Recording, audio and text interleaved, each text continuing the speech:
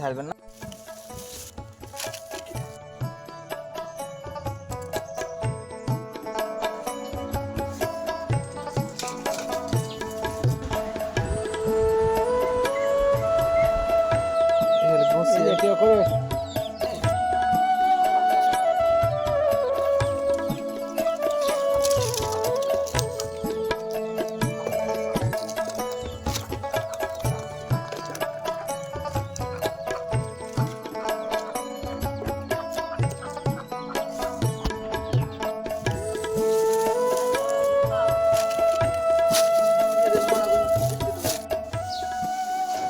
Hello everyone, আসসালামু আলাইকুম। সকাল সকাল ঘুম থেকে উঠেই আমাকে না বলেই বাবা ছেলেতে চলে গেছিল মাছ কিনতে। আমাদের বাড়ির পাশে এরকম টাটকা টাটকা মাছ বিক্রি করে। আপনাদের ভাই আজকে নিয়ে এসেছে প্রায় 2-3 রকম মেশালি মাছ, গুচি, ট্যাংর, তার সাথে আরো 2-1 রকমের ছিল যেগুলোর নাম আমি জানি না।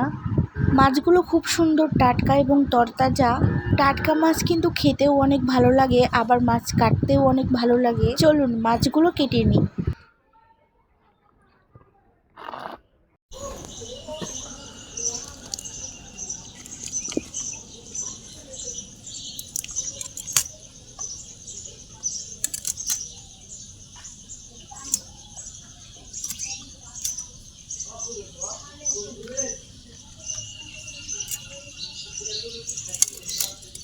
সেই বড় যে ট্যাংরা মাছ,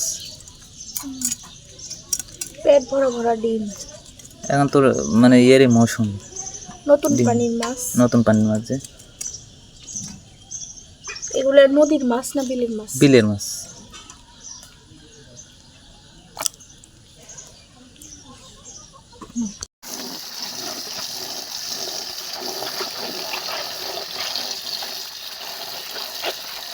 সবগুলো মাছ আমি খুব ভালোভাবে কেটে নিয়েছি আর খুব সুন্দর করে ধুয়েও নিয়েছি। এবার রান্না করার পালা।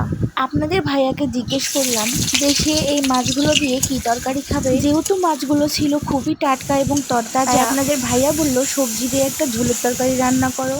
তরতাজা মাছের ঝোল খেতে খুবই ভালো লাগবে। এদিকে রান্না করতে এসে দেখি বাসায় তেমন কোনো সবজিই নাই। কি একটা অবস্থা বলেন দেখি, আলু, কচু, পেঁয়াজ ছাড়া তেমন কোনো সবজিই নাই। আর এইদিকে আপনাদের ভাইয়া কিন্তু নিজের হাতেই সব রকম প্রায় সবজি চাষ করে।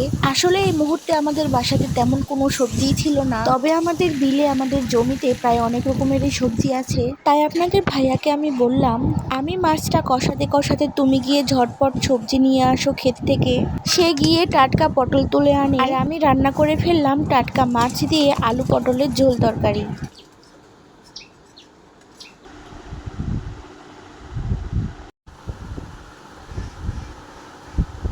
রান্না শেষে দুইজনে মিলে খাবার খেতে বসে পড়েছি। আলহামদুলিল্লাহ, তরকারিটা অনেক বেশি মজার হয়েছে। ধন্যবাদ সবাইকে এতক্ষণ ধরে আমাদের ভিডিওটি দেখার জন্য। আল্লাহ হাফিজ।